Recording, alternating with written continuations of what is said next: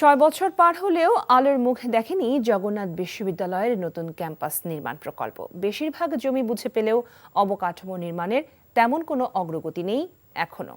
দফায় দফায় শুধু প্রকল্পের মেয়াদ বেড়েছে, নামেমাত্র যেটুকু কাজ হয়েছে সেখানে উঠেছে অনিয়মের নানা অভিযোগ। সব মিলে জগন্নাথ বিশ্ববিদ্যালয়ের শিক্ষার্থীদের দীর্ঘদিনের চাওয়া যেন থমকে আছে নানা জটিলতায়। হাসানুল শাওনের রিপোর্ট। বিশ্ববিদ্যালয়ের রূপান্তরের ১৯ বছর পরেও ক্লাসরুম, হল, ল্যাব সহ নানা সংকটে জগন্নাথের শিক্ষার্থীরা। তাদের আন্দোলনের প্রেক্ষিতে কেরানীগঞ্জে বিশ্ববিদ্যালয়টির নতুন ক্যাম্পাস নির্মাণের মহাপরিকল্পনা নেওয়া হয়েছিল ২০১৮ সালের শেষ দিকে। কিন্তু প্রকল্প অনুমোদনের ৬ বছর পার হলেও তেমন একটা অগ্রগতি না থাকায় গত বছরের নভেম্বরে ফের রাস্তায় নামেন বিশ্ববিদ্যালয়টির শিক্ষার্থীরা।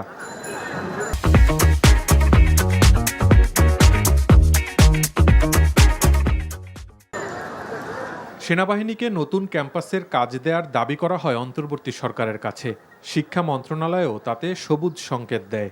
এটাকে আমরা এই অন্তর্বর্তী সরকারের একটা মেগা প্রজেক্ট বলেই মনে করা যেতে পারে। এটা শুরুটা হবে এখন। ঢাকার কেরানীগঞ্জের তেঘরিয়ায় জগন্নাথ বিশ্ববিদ্যালয়ের সেই দ্বিতীয় ক্যাম্পাসের সীমানায় দাঁড়ালে এখনও দেখা যায় শুধু খোলা মাঠ। এতদিনে ভূমি উন্নয়নের কাজ হয়েছে অর্ধেক। কেবলমাত্র লেক আর পুকুর খনন হলেও সীমানা প্রাচীর ও ঘাট নির্মাণের কাজ চলছে থেমে থেমে।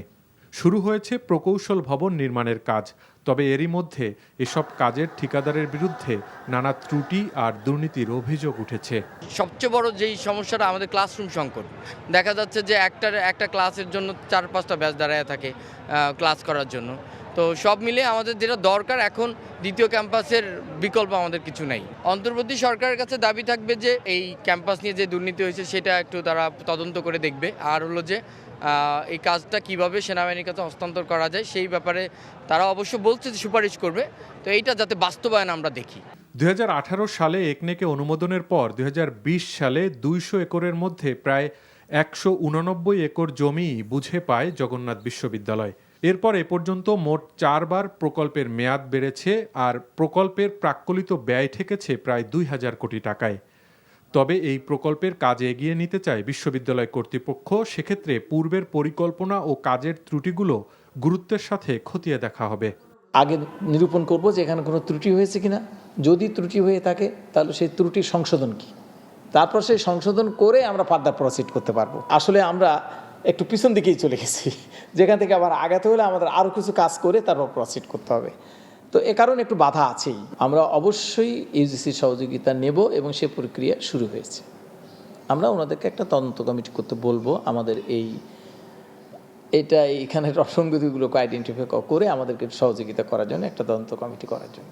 দ্বিতীয় ক্যাম্পাস নির্মাণের কাজ সেনাবাহিনীর হাতে হস্তান্তর সহ ৩ দফা দাবিতে রোববার থেকে আবারও আন্দোলনে নামলেন জগন্নাথ বিশ্ববিদ্যালয়ের শিক্ষার্থীরা। Hasanul Shaon, NTV news, Dhaka.